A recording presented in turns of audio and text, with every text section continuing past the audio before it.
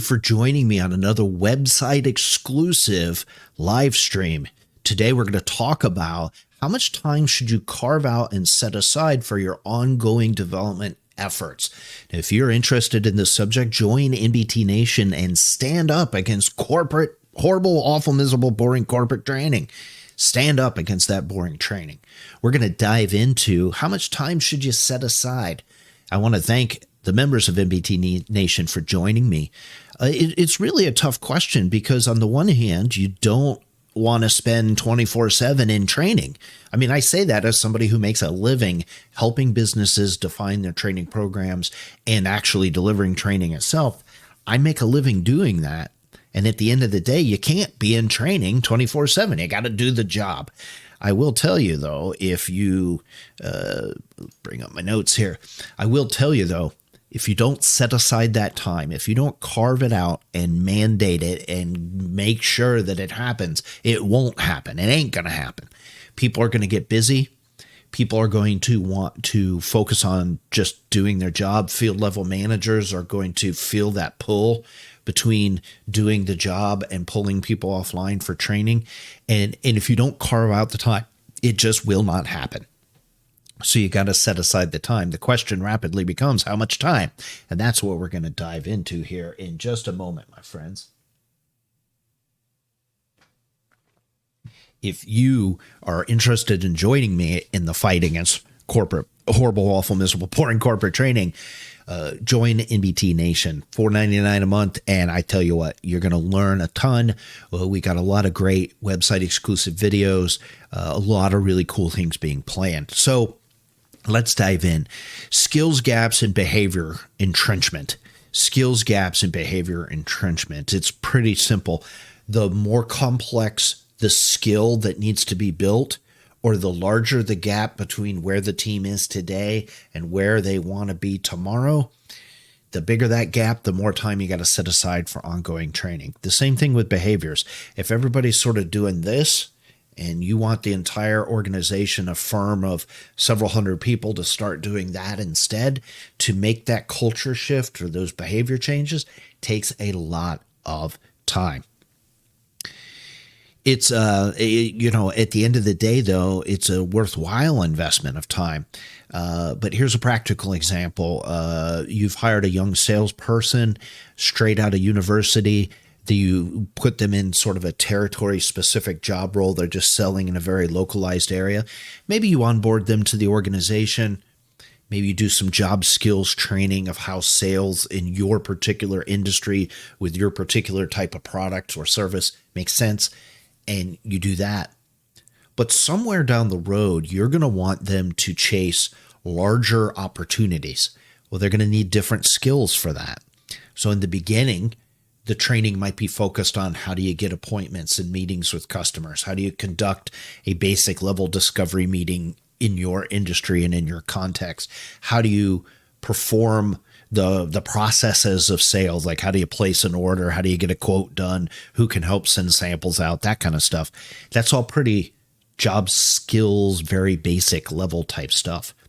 But if you want them to chase those bigger opportunities, guess what? Now you got to teach selling to the C-suite, overcoming objections, negotiations, value selling, how to sell a capital investment, maybe more complicated financing type things, whatever. Those are bigger steps forwards. You're going to have to carve out more time for that to happen. So that's just one quick example, but the short takeaway here is the bigger the skills gap or the bigger the behavior change you're trying to make, the more time you need to set aside for that ongoing development effort. All right, and the next topic is going to be kind of a cousin to that. And it's really the complexity of the knowledge that's being learned. The complexity of the knowledge being learned. The more complicated the thing is you're trying to teach your teams, the more time you need to spend on it. And that's just the way it works. And frankly, that applies to, sort of basic training, job skills training, even onboarding. The more complicated things are, the more time you should spend on it. And the investment of time will pay off in the long run. Trying to rush it is really a false economy. Trying to just sort of blast through things is false economy. It's gonna hurt you in the long run.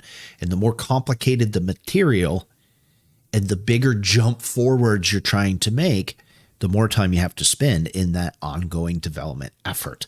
It can't be done in 5 minutes on a random Tuesday. And then the last piece that kind of fits this little bucket of considerations is currency requirements. So some job roles have either a legal, an industry requirement, regulatory type requirement, some sort of certification type requirement.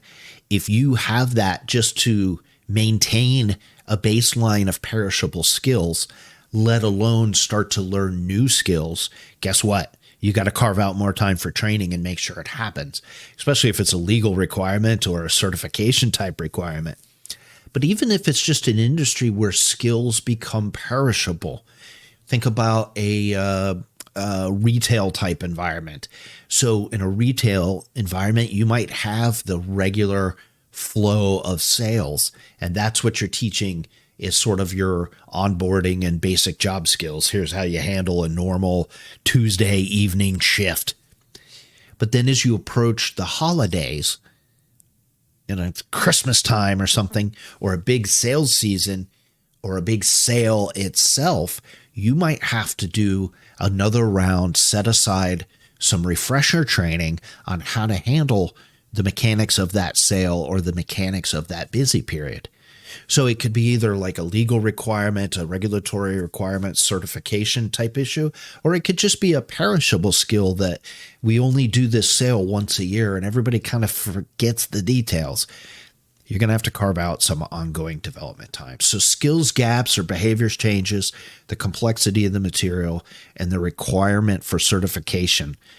Those three factors should all be thought about as you're looking at how much time do I set aside for ongoing development efforts here. All right, so those are three things. Now we've got three that maybe you haven't quite thought of.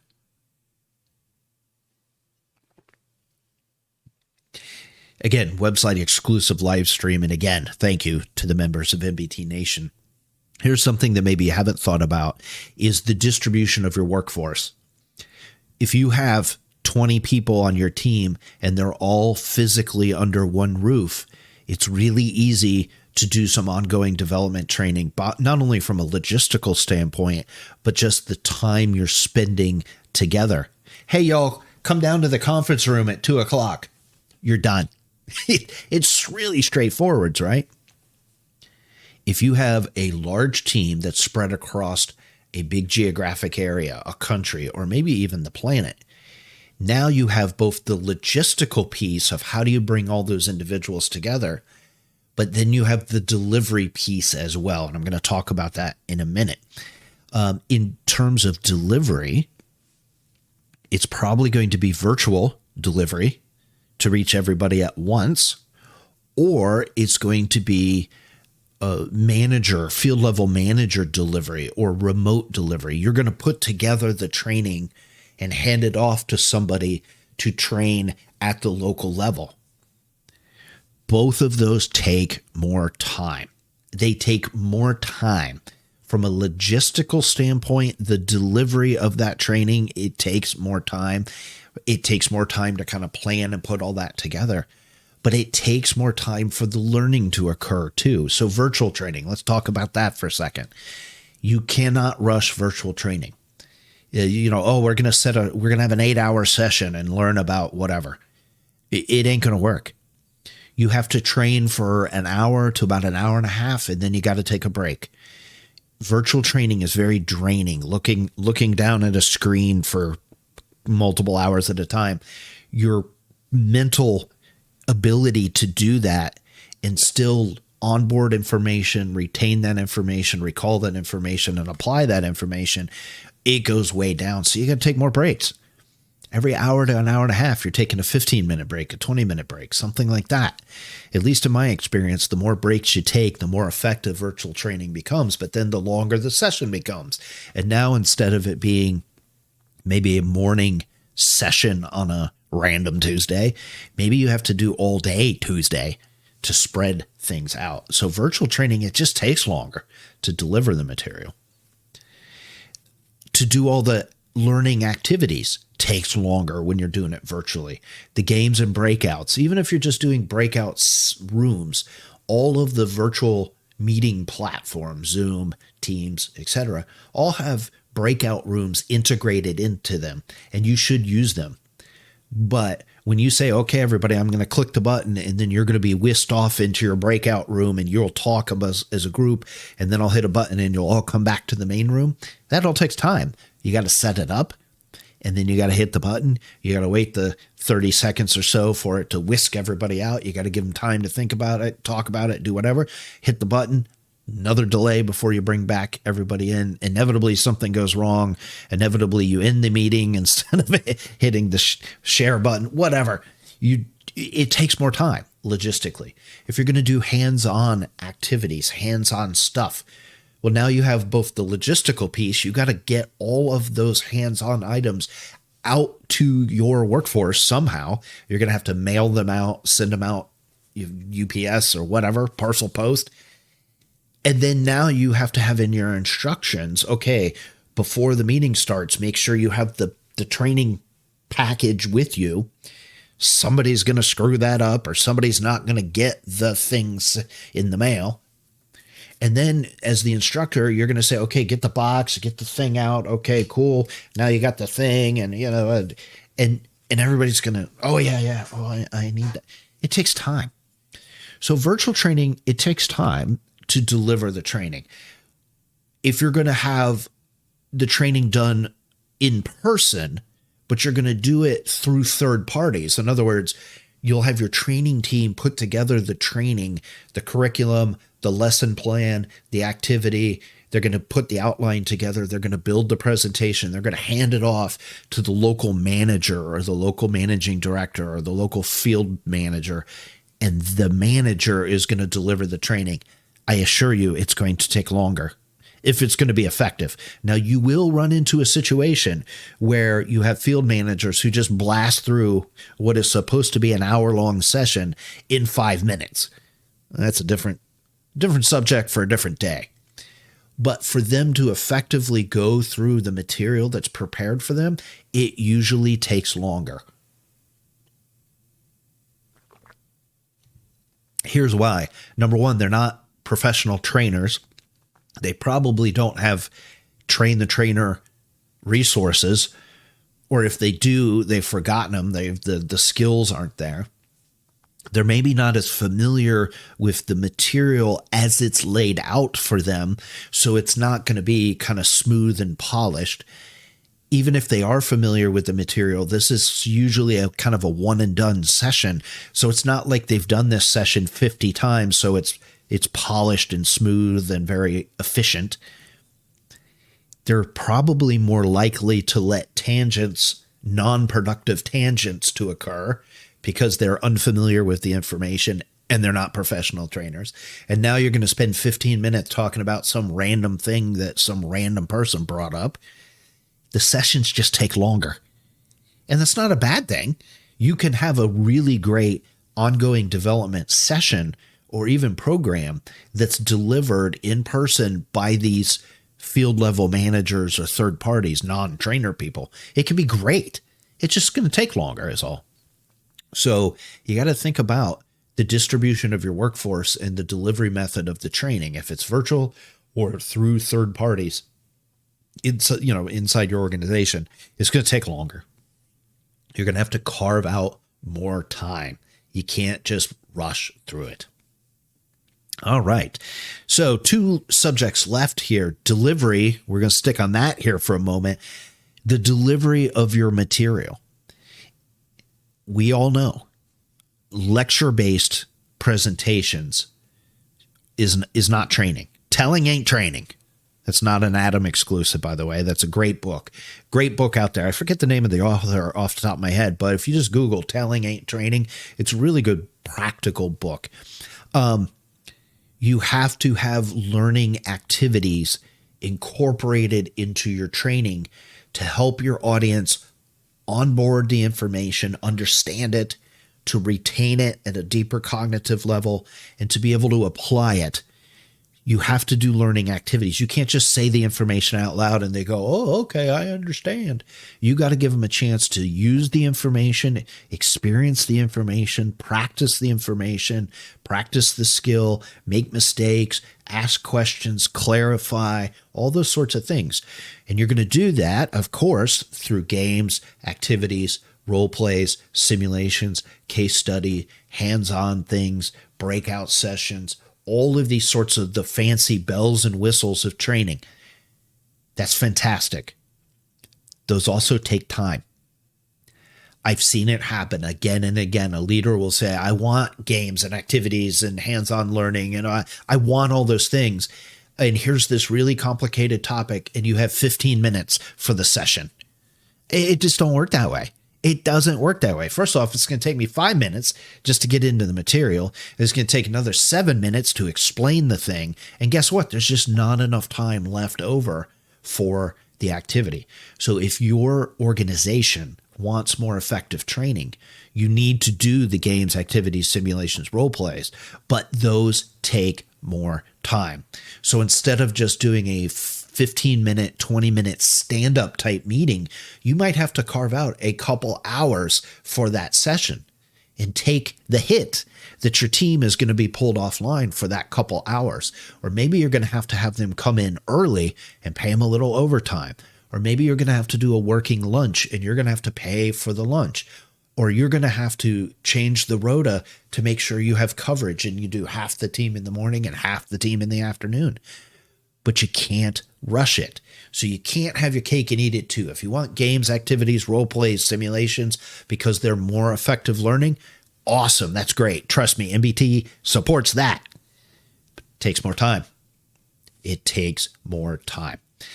All right, we're down to the final consideration for how much time should you carve out for ongoing training. And this is another one that you probably haven't thought about. Is this a brand new program or is this an existing program? If you're starting from scratch, you might as well go ahead and carve out more time for that ongoing development effort. If this is a well-oiled machine and you know the curriculum, you've got the material developed, the trainers know how to train, if they're not full-time trainers, you've done train the trainer support for them. You know the right subjects at the right time for the right people. You know how to deliver it, and it's just clockwork. You don't need quite as much time. You've got it really efficient, tight, pared down. You've taken that hour-long session and really do a great, efficient, wonderful, real good job in 45 minutes. Cool. You just got 15 minutes back. That's awesome. If you're doing this for the first time though, just plan on more time than you actually need. Whether that be more time for the individual sessions, more time for the planning of the session, more time for the program in general, more time for the planning of the program in general, more time in the run-up to launching the program. It's just going to take more time. Your trainers have to get up to speed on the material. You got to build the material. You got to figure out what the right material is. You got to have a lot of conversations about what's the right topics in the right order. It's not complicated. It's not cumbersome. It's not costly, but it does take some time. And you can't rush it. You can't just slam something through in 10 minutes and expect to really impact your business. You're going to have to spend some time. So the last consideration, is this a new program or an existing program? Because if it's brand new, you might as well set aside more time for the individual sessions in the individual program itself. And then over time, you'll get better at it. You'll get it more dialed in. You'll get it more refined. You'll get it more polished. If you need help with that, of course, MBT can help. You'll get better over time. But in the beginning, it's going to take more time than you think. So there you have it, my friends. A whole boatload of different considerations when you're thinking about ongoing development. Your teams are crying out for ongoing development. Forbes had an article in 2023 where 40+% of the respondents said they were willing to leave the organization if the company did not provide ongoing development, training and development effort or support. They were willing to leave the organization within the following year. Can your firm tolerate a 40% talent drain? Can you tolerate that and still execute on your big picture strategic vision? If you lose 40% of your key players in your organization, what is the impact on your bottom line from that? So ongoing development is a huge competitive advantage that you can carve out. But these are some of the things you should probably be thinking about when you're thinking, is this, am I going to set aside half an hour once a month? Am I going to set aside 10 hours a month? Am I going to set aside 100 hours a quarter? Whatever. You got to start thinking about some of these different things and a bunch more. MBT Nation, I hope you found this live stream, MBT exclusive live stream, to be effective and helpful. If you found it interesting, leave me some comments down below. Questions, let me know. I can be reached here via the website or all of the social media channels. Thanks so much for listening in. MBT Nation, I really appreciate you joining me in the fight against boring corporate training.